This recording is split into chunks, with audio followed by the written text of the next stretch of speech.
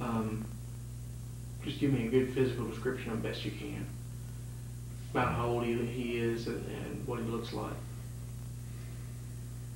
I'm not good at guessing the black folks' age, but he seemed like he had long locked hair, just old raggedy looking clothes, maybe 40s age, roughly guessing 30s to 40s in his age.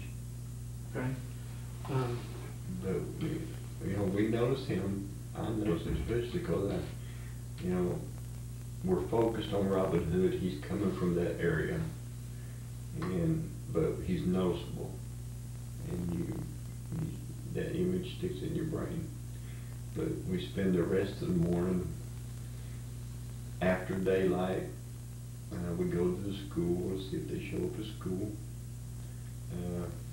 We're still riding around, still walking around through Robin Hood. Who is we when you're talking about we? Family. During the night, we're out in and out of Robin Hood all during the night. Pam, her dad, myself, David. Up until David, I asked David, I said, man, you gotta go home because you gotta go work in the morning. And just friends, and really not friends, just family. Yeah. It's really me and David and her dad for a while. Okay. Now, you said you've seen this, you saw this black male. Who was with you when you saw him? Pam was there. Seemed like she's seen him. Steve, Pam's ex-husband, might have been in the area. I'm not sure if he made it there yet. But I don't know. Not being honest about it. But okay. He was somebody that just looked like a bum out here going on. Take us on through. Just keep going with what you remember from that morning. Well, after we go to the schools, we go back to Robin Hood, and there's the media there. I think Ben Watson was the reporter at the time that was there. And because Mark had called Search and Rescue in Marion, and they said they couldn't come until West Memphis Police Department called them and said, show up, come out here, we got problems. So, we felt like we'd done what we knew to do. But the daylight comes rolling around. Mark and Melissa went home during the night, and they showed back up daylight. And so we go to school, they don't show up, we go back out to Robin Hood, and there's the media, and they're live, broadcasting live. And then wasn't too long after that, here comes Search and Rescue, here comes police officers from everywhere, and the morning goes on. They start to search and doing things. I'm watching, talking to some of them as they're going down the bayou in a little boat, and they tell me they're going to drain the bayou or something like that. But I don't know. We spend the rest of the day still riding around, me and Pam. And her dad had to take his wife back to Blythe to be with the kids up there. And while they were up there, the next day, while they're up there, me and Pam's riding around. We go get something to eat, and we really couldn't eat. We go somewhere, and we hear somebody say they found 3 boys, and they tell us it's on that road by the apartments over there. Mm-hmm. And so we fly back over there, me and Pam, and Jolene might have been with her at the time. Seemed like she was, I'm not sure. Jolene. Her sister. Pam's sister? Yeah. Okay.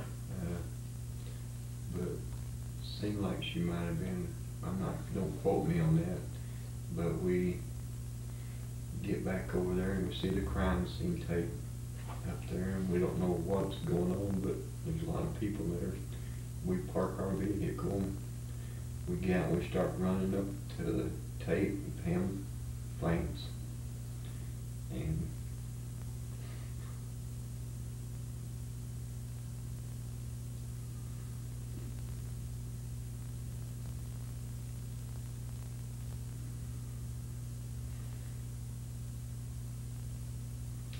I help her get back to the car.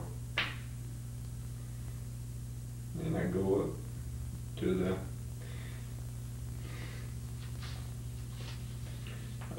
the crime scene tape. Gary Gidgel standing there. I passed Pam's husband, ex-husband. He said, they won't let you pass the tape. And I said something to him, kept on walking. I get up there and Gary Gidgel standing there, and I asked him, I says, have you found something? I didn't know Gary. And I asked him, have y'all, what'd you find? He said, 3 boys. He said, I think it's a homicide, or it looks like a homicide, something like that. And I asked him, I said, what? He said, it looked like they'd been murdered. And I just fall to my knees and start crying. I look back there at Pam, and they're trying to get her woke up, and she's having a hard time.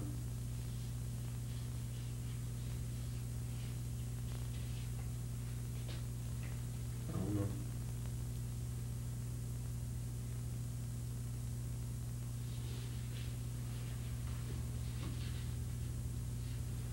I'm gonna change sides real quick on this.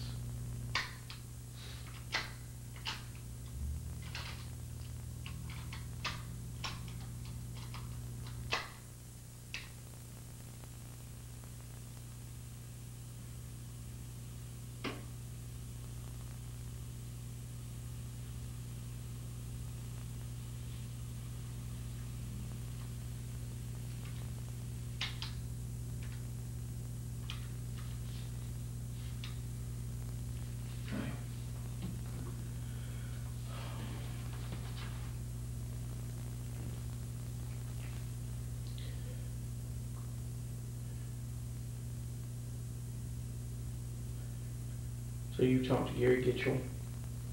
He's told you what's been found, what they found, and that they were treating it as a homicide. Is that right? I guess. He just told me it looked like a homicide, it looked like they'd been murdered.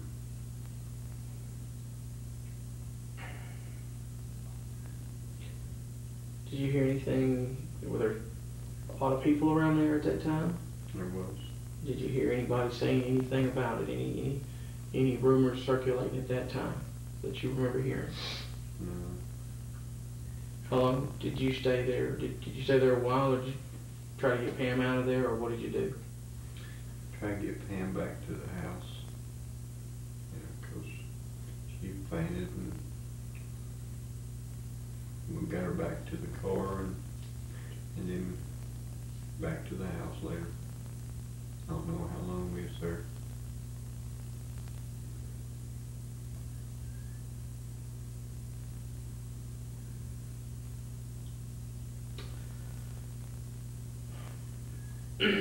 Now, as far as Stevie, did he have any, I guess for lack of a better term, any prized possessions that he kept with him? Anything that he wore or kept in his pockets, or anything that you would know of, that you remember from back then? Anything that, in the mind of an 8-year-old, anything that would be considered, that they might consider special?